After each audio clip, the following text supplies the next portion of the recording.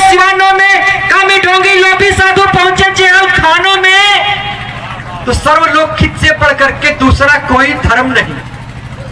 मैं सम्राट अशोक के मन से खड़ा होकर के कविता का वाचन करता हूं कि सर्वलोक हित से बढ़ करके दूसरा कोई धर्म नहीं और असहायों की सेवा से बढ़ करके कोई कर्म नहीं।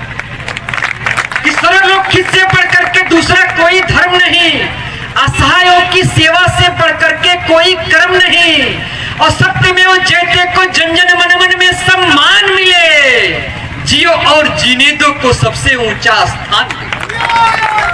कि सर्वलोक हित से बढ़ करके दूसरा कोई धर्म नहीं, असहायों की सेवा से बढ़ करके कोई कर्म नहीं, सत्यमेव जयते को जन जन मन मन में सम्मान मिले, जियो और जीने दो को सबसे ऊंचा स्थान मिले। तो पाप का पड़ना हल्का होवे, पुण्य का पड़ना भारी हो, प्रज्ञाशील समाज से निर्मित सुरभित पोस्ता सारी।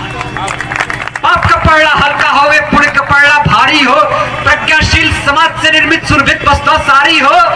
तो भूखे संघ अयोध्या में हमारे भारतवर्ष की सबसे विडंबना यह है कि जब हम विदेशों में जाते हैं तो गौतम बुद्ध, विवेकानंद और सम्राट अशोक को बेचते हैं और जब भारतवर्ष में आते हैं तो हिंदू मुस्लिम सिख ईसाई करते हैं। इससे बड़ा दुर्भाग्य भारतवर्ष का कोई और नहीं हो सकता। लेकिन मेरा भारत होगा, अभी पटना में कार्यक्रम होने जा रहा है, उसका विषय बिंदु सर्वधर्म समभाव है, जो सम्राट अशोक की प्रथम नीति थी, सर्वधर्म समभाव। तो मेरा भारत होगा जब सम्राट अशोक का भारत होगा तो हमारी धार्मिक स्थिति कैसे होगी कि भूखे संघ अयोध्या में तो गूंजे काशी काबा तक और गौतम बुद्ध की सम्यक वाणी पहुंचे साईं बाबा तक। अल्लाह अकबर की धुन से जगन्नाथ पुलकित होवे और हर हर बम बम की गूंजों से मक्का भी मुखरित हो। कोई झगड़ा नहीं कि भूखे शंख अयोध्या में तो गूंजे काशी काबा तक, गौतम बुद्ध की सम्यक वाणी पहुंचे साईं बाबा तक। अल्लाह अकबर की धुन से जगन्नाथ पुलकित होवे, हर हर बम बम की गूंजों से मक्का भी मुखरित होवे और भजनों का स्वर झंकृत होवे प्रातः काल लजानों में, अभय बने गायों का सारे बुचड़ खानों। कोई झगड़ा नहीं। तो भोर हुआ, हम लोग किसान के बेटे हैं, सभी लोग किसान हैं, कृषक हैं। हमारी खेती कैसे होगी, हम खाएंगे कैसे जब हमारा शासन होगा भारतवर्ष में, जब हमारा भारतवर्ष। कि भोर हुआ सूरज की किरणें नवजीवन संचार करे, शाम ढले तो शीतल चंदा थपकी देकर प्यार करे। पूरी तरह से प्रकृति में हम जिएंगे। कि भोर हुआ सूरज की किरणें नवजीवन संचार करे, शाम ढले तो शीतल चंदा थपकी देकर प्यार करे और गेहूं चना मटर सरसों की क्यारी सजे सिवानों में, आम पपीता केला लीची झूमे खूब बगानों।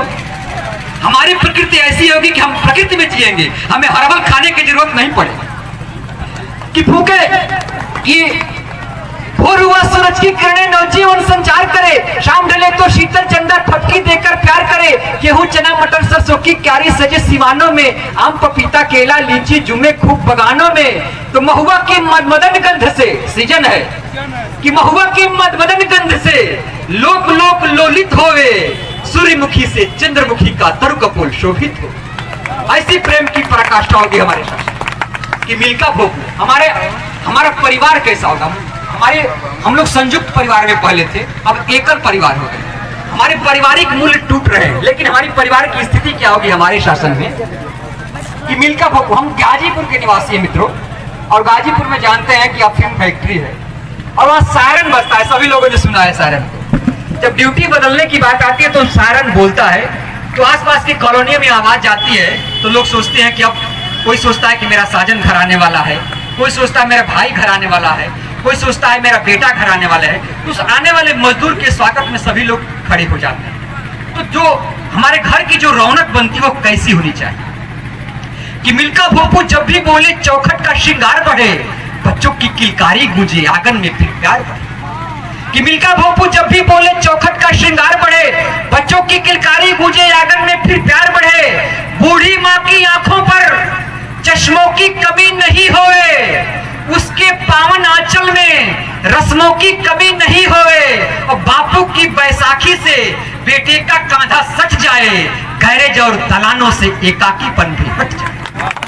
कि बापू की बैसाखी से बेटे का कांधा सट जाए, गैरेज और दलानों से एकाकीपन भी हट जाए। तो बच्चा बच्चा बोल उठे कि यही